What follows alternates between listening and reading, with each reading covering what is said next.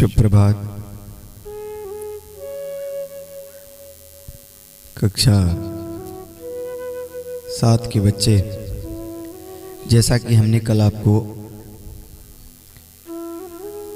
10 पाठ के विषय में बताया था, आज हम आपसे 11वें पाठ के विषय में चर्चा करेंगे। पाठ का नाम है सिंह दिलीपयो संवादः। कहते हैं इस पाठ में एक शेर जो है वो राजा दिलीप से कुछ संवाद करता है। सर्वप्रथम सिंह उवाच लिखा है। सिंह उच्चै हसन महिपाल तव श्रम वृथा भवान माम हंतुः समर्थः न भविष्यति। महाराजा दिलीप को मारने के लिए धनुष की प्रत्यंचा को खींचकर सिंह जो है, महाराजा दिलीप सिंह को मारने के धनुष के प्रत्यंचा खींचकर बैठे थे। तब तक सिंह ने जोर से हंसते हुए बोला, राजा आपकी मेहनत बेकार है, आप मुझे मारने में समर्थ नहीं हो पाओगे। दिलीप ने पूछा, राजा दिलीप ने, भवान कह किम इच्छति, यानी आप कौन हैं और क्या चाहते हैं। उसके बाद सिंह ने अपने शब्दों को कहा। सिंह बोला, भगवतः शंकरस्य सेवकः अहम कुंभोधरः अस्मि, अहम एताम धेनु हनिष्यामि।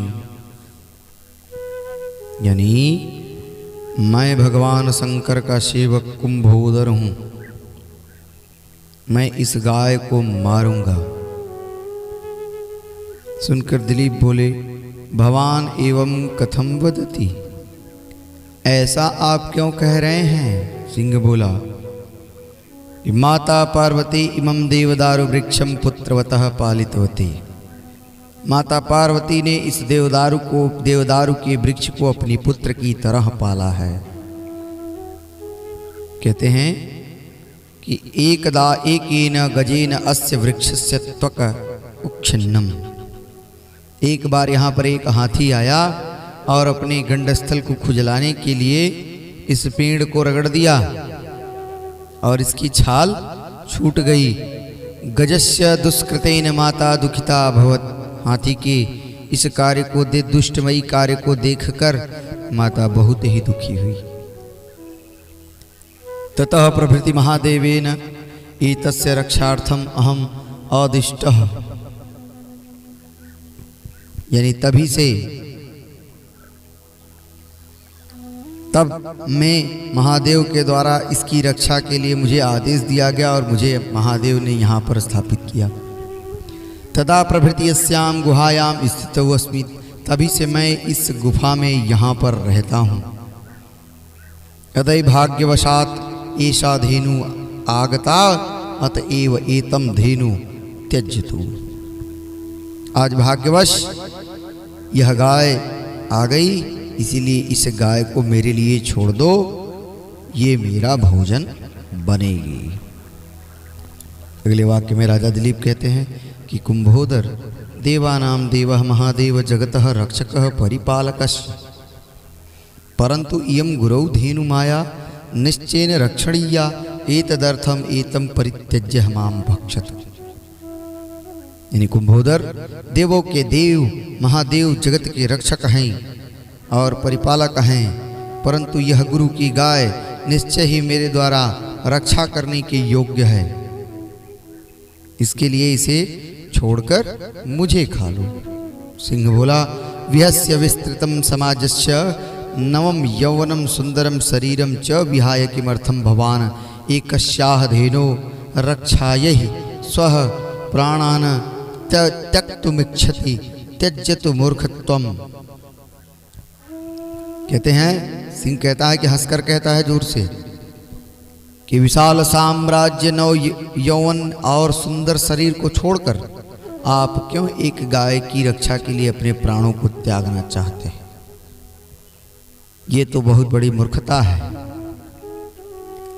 जीवनस्य अपेक्षया भवतां जीवनं वरम यौते ही भवान जीवितेश्च सर्वासां प्रजानां सम्यक पालनम भविष्यति।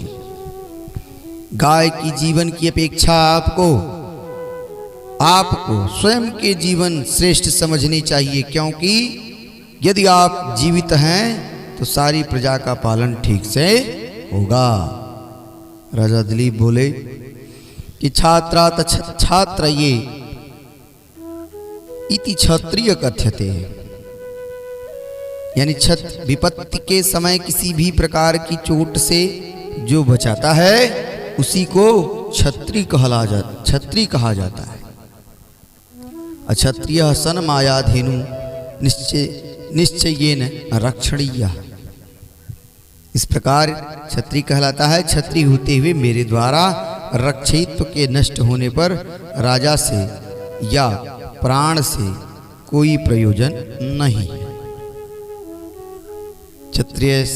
क्षत्रियत्वे नष्टे साथ सति नास्ति किश्चित प्रयोजनम राजनम प्राणैव।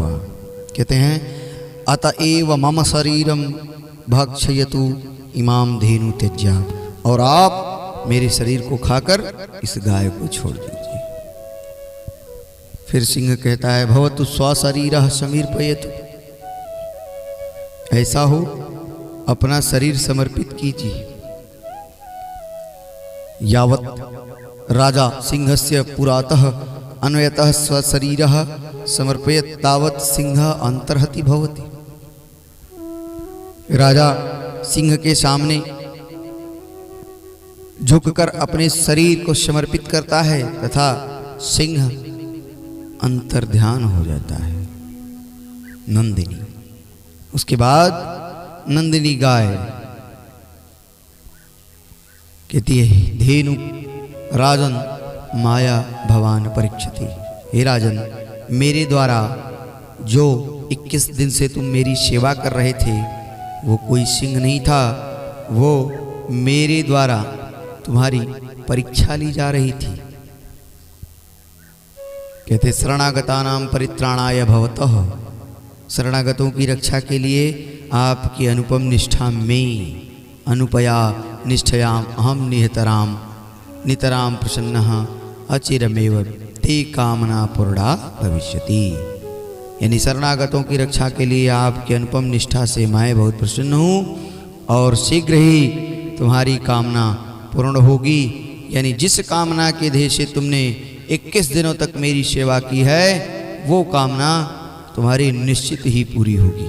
इसी के साथ ये एकादश पाठ सिंह दिलीपयो संवादः समाप्त होता है।